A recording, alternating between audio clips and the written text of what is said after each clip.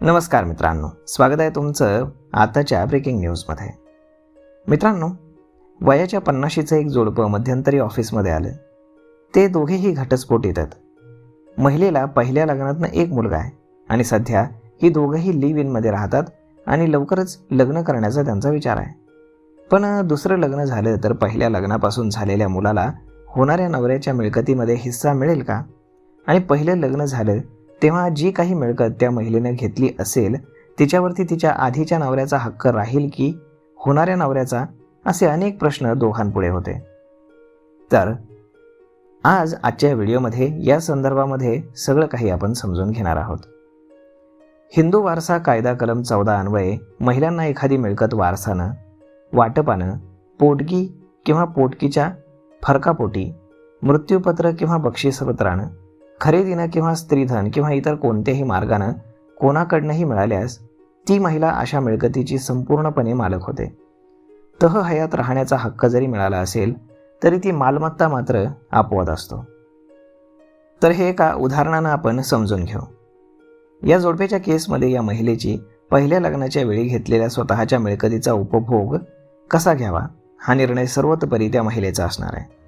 तिच्या हयातीतील ती मालमत्ता कशी ट्रान्सफर करावी याबाबतचा निर्णय ती स्वतः घेऊ शकते.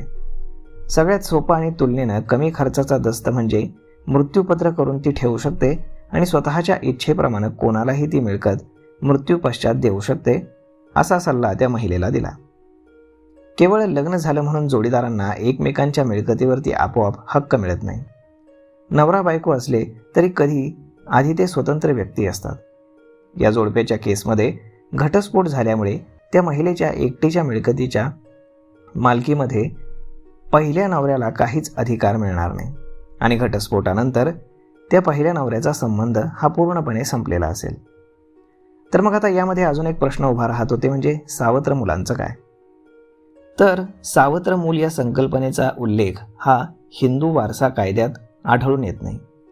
सध्याच्या काळामध्ये अशी नवीन कौटुंबिक समीकरणं दिसू लागली आहेत. घटस्फोट हा नवरा बायकोच्या नात्याचा होतो, परंतु त्या दोन्ही व्यक्ती आयुष्यभर त्यांच्या मुलांचे आई वडीलच राहतात. दुसऱ्या जोडीदाराला आधीच्या लग्नापासून झालेली मुलं जर असतील तर त्या मुलाला आपल्या आई किंवा वडिलांच्या नवीन जोडीदाराच्या म्हणजेच सावत्र आई वडिलांच्या मिळकतीमध्ये कोणताही वारसा हक्क मिळत नाही. दुसरं लग्न केलं म्हणून कुणीही त्या सावत्र मुलांचे कायदेशीर आई वडील होत नाहीत. त्यासाठी त्यांना दत्तक घेणं गरजेचं असतं आणि कायदेशीरपणे दत्तक घेतलेली संतती हीच नैसर्गिक संतती समजली जाते. मात्र कोण कोणाला दत्तक घेऊ शकतं याच्या तरतुदी हिंदू ॲडॉप्शन आणि मेंटेनन्स कायद्यामध्ये आहेत. त्यानुसार 15 वर्षांपेक्षा जास्त वयाच्या मुलांना कायद्याप्रमाणे दत्तक घेता येत नाही. एखाद्या समाजामध्ये 15 वर्षांपेक्षा मोठ्या वयाची मुलं दत्तक घेण्याची मान्यताप्राप्त पद्धत असेल तर तो फक्त अपवाद आहे. आणि म्हणूनच समजा जर सदर जोडप्याचं लग्न झाल्यावरती ती महिला मृत्यूपत्र न करता जर मयत झाली तर तिची मिळकत तिच्या पहिल्या लग्नापासून झालेला मुलगा आणि दुसरा नवरा यांच्यामध्ये समानरित्या विभागली जाईल. दुसरं लग्न व्हायच्या आधीच त्या महिलेचं काही बरं वाईट झालं तर मग मात्र तिचा मुलगा हा एकटाच तिचा वारस असेल.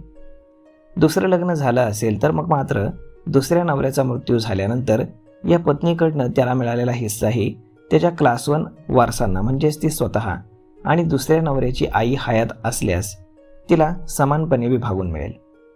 बायकोच्या पहिल्या लग्नापासून झालेल्या म्हणजेच त्या पुरुषाच्या शावत्र मुलाला काहीही हक्क मिळणार नाही. त्या जोडप्याला मी वेळ न दवडता दोघांनाही तज्ज्ञ वकिलाकडनं वेळीच मृत्यूपत्र करून घ्यावं आणि ते रजिस्टर करून ठेवावं असा सल्ला दिला. तर मग मित्रांनो, अशा पद्धतीनं अशा गोष्टींमध्ये खूप सारे प्रॉब्लेम्स असतात. अशा पद्धतीनं आता तुमच्या लक्षात आलं असेल की सावत्र मुलांच्या मालमत्तेच्या हक्काचा जो प्रश्न आहे त्याच्यामध्ये कायदा नक्की काय सांगतो ते. तर मग मित्रांनो, हा व्हिडिओ, ही माहिती तुम्हाला कशी वाटली हे तुम्ही आम्हाला कमेंट करून नक्कीच सांगा. आणि जर आवडली असेल तर आपल्या जवळच्या मित्रमंडळींसोबत देखील हा व्हिडिओ तुम्ही शेअर करायला विसरू नका. धन्यवाद.